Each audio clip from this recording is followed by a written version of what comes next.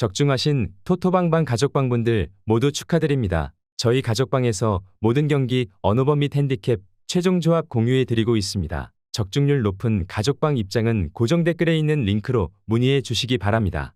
9월 21일 해외 축구 7경기 분석 시작하겠습니다. 첫 번째로 바야돌리드 대 소시에다드 경기 알아보겠습니다. 먼저 바야돌리드는 리그 17위를 기록하고 있으며 셀타에 패하며 연패에 빠졌다.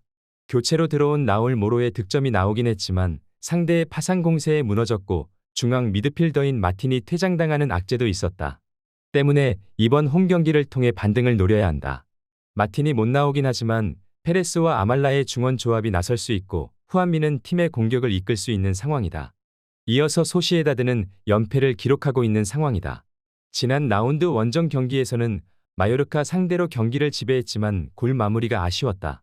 웨야사발이 부상을 털어내고 선발 출전했고 바레네치아와 베커, 쿠보 등이 경기 내내 골을 노렸지만 원하는 결과를 얻지 못했다. 때문에 연패 탈출을 위해 이 경기에 더 집중하고 나올 것이다. 바야돌리드는 안정적인 잔류를 바라지만 초반 전력 보강 효과가 나오지 않고 있다. 마틴의 공백도 감안해야 하는 상황이다. 주비멘지와 수시치가 중원 우위를 통해 경기를 서서히 주도할 것이고 웨야사발과 사디크가 침투로 기회를 볼 소시에다드가 유리해 보이는 매치업이다. 소시에다드 승리를 추천합니다. 두 번째로 보움 대 홀슈타인 킬 경기 알아보겠습니다. 먼저 보움은 개막 이후 3경기를 모두 패했다. 지난 라운드 프라이부르크 전에서는 선발 출전에 골을 넣은 보아두의 활약으로 승점 추가의 기회가 있었지만 원하는 바를 이루지 못했다. 때문에 이번 홈 경기에는 베로와 미오시코지 등이 중원에서 적극적으로 공격에 가담할 것이고 드윗도 최전방을 맹렬하게 지원할 것으로 보인다.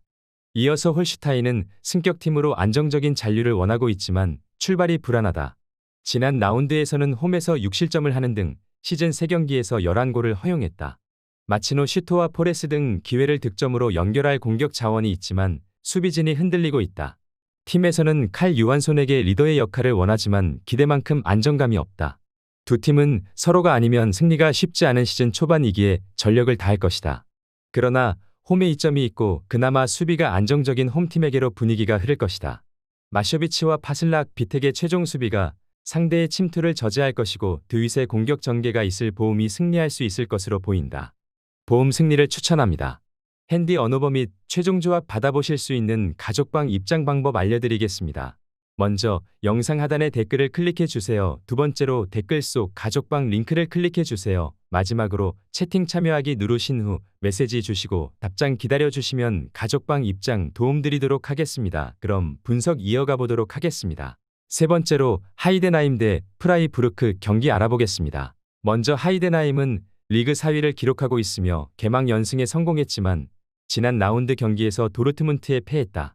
최전방 스트라이커인 파이링거와 팀 내 득점 1위인 브리닉의 득점이 나왔지만 도르트문트의 화력을 넘긴 어려웠다. 그래도 이번 시즌 초반 안정적인 경기력으로 상위권에 위치하며 성적을 내고 있다. 시엔자와 카우프만 등 이선 지원도 원활한 모습이다. 이어서 프라이부르크는 결승골 포함 멀티골을 터뜨린 아다무를 앞세워 보움을 잡았다. 미넨전 패배로 인해 다소 분위기가 추락할 수 있는 상황이었기에 의미 있는 승리였다. 그러나 상승세의 팀을 원정에서 만나는 이번 라운드기에 무리한 공격 운영을 하진 않을 것이다. 에게슈타인과 롤 등 중앙 미드필더들이 최대한 수비와의 간격을 유지할 것이고 빈터도 오버래핑 횟수를 줄일 것으로 보인다. 클레인디엔스트와 베스테 등 지난 시즌 팀을 이끈 선수들이 모두 팀을 떠났지만 그래도 홈팀은 이적생들의 활약으로 꾸준한 경기력을 보여주고 있는 모습이다.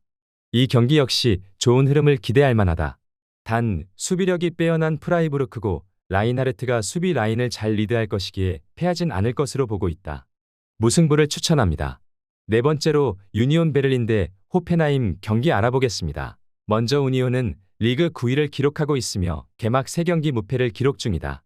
비록 득점은 베네스와 홀러바르의 2골에 불과하지만 270분 동안 단 1골만 실점했다.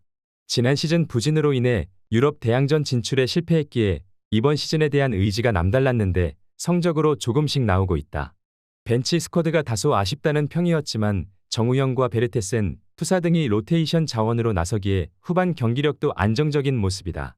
이어서 호펜하임은 개막전 승리 이후 연패에 빠졌다. 안드레이 크라마리치가 최전방과 이선을 오가며 팀 공격을 잘 이끌고 있지만 수비 불안이 아쉬웠다. 지난 라운드에서는 레버쿠젠 상대로 홈에서 4골을 실점했고 경기당 평균 3실점 중이다. 이 경기는 원정이기에 그릴리치와 가이거 등 베테랑 볼란치들이 수비 보호에 열을 올릴 것으로 보인다. 분명 두 팀을 통틀어 가장 위협적인 공격 자원은 원정팀의 크라마리치다.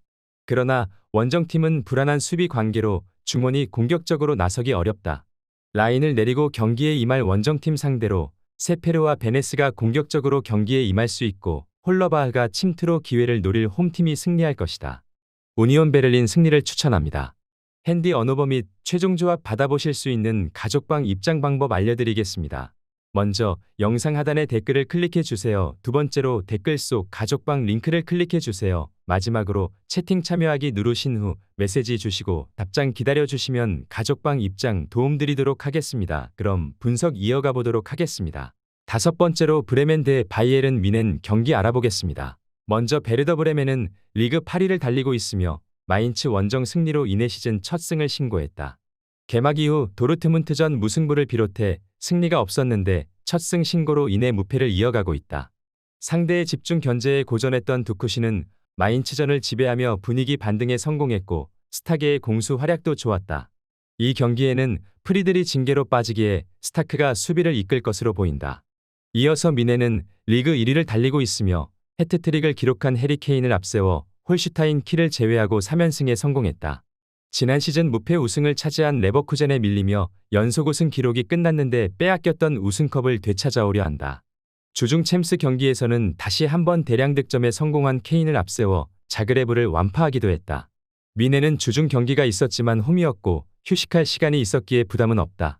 무시알라와 코망, 그나브리 등 분데스리가 최강의 이선 공격수들이 출격해 상대 수비를 몰아칠 수 있고 케인이 안정적인 마무리를 할 뮌헨이 유리한 고지에 있다고 본다. 바이에른 뮌헨 승리를 추천합니다. 여섯 번째로 오사수나 대 라스팔마스 경기 알아보겠습니다. 먼저 오사수나는 최근 경기에서 기복이 심한 모습을 보이고 있다. 직전 라운드에서 라여 바에카노에게 패하며 불안정한 흐름을 이어갔다. 바르하와 무뇨스가 주중 훈련 세션 도중 급작스럽게 부상에 직면했다. 공격과 중원에서의 옵션이 제한되며 전력에 어려움을 겪고 있다. 다만 부디미르가 복귀해 공격진에 힘을 실을 수 있다는 점은 긍정적이다. 중원에서 라스팔마스의 압박을 이겨내지 못하면 공격 전개에 어려움을 겪을 가능성이 커 보이는 상황이다. 이어서 라스팔마스는 최근 2연패로 고전 중이다.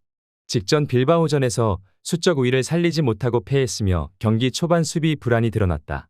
야누자이와 페이뉴의 출전이 불투명한 상황에서 중원 창의성이 부족해질 수 있다. 몰레이로가 중원의 무게를 담당해야 하지만 공격 전개 속도와 결정력 부족이 문제로 지적된다. 높은 점유율을 바탕으로 경기를 지배하려 하겠지만 오사수나의 압박을 뚫어내는 데는 어려움이 예상된다. 오사수나와 라스팔마스 모두 최근 득점력 부재와 수비 불안을 드러내고 있다. 오사수나는 홈에서 중원 장악을 노리겠지만 부상 공백과 최근 공격력 저하가 부담이 될 것이다. 라스팔마스는 높은 점유율에도 결정력 부족으로 득점에 어려움을 겪고 있다. 무승부를 추천합니다. 핸디 언오버 및 최종 조합 받아보실 수 있는 가족방 입장 방법 알려드리겠습니다. 먼저 영상 하단의 댓글을 클릭해 주세요. 두 번째로 댓글 속 가족방 링크를 클릭해 주세요. 마지막으로 채팅 참여하기 누르신 후 메시지 주시고 답장 기다려 주시면 가족방 입장 도움드리도록 하겠습니다. 그럼 분석 이어가 보도록 하겠습니다. 일곱 번째로 니스 대 생테티엔 경기 알아보겠습니다. 먼저 니스는 4-3-3 포메이션을 자주 활용하며 최근 수비 불안이 두드러졌다.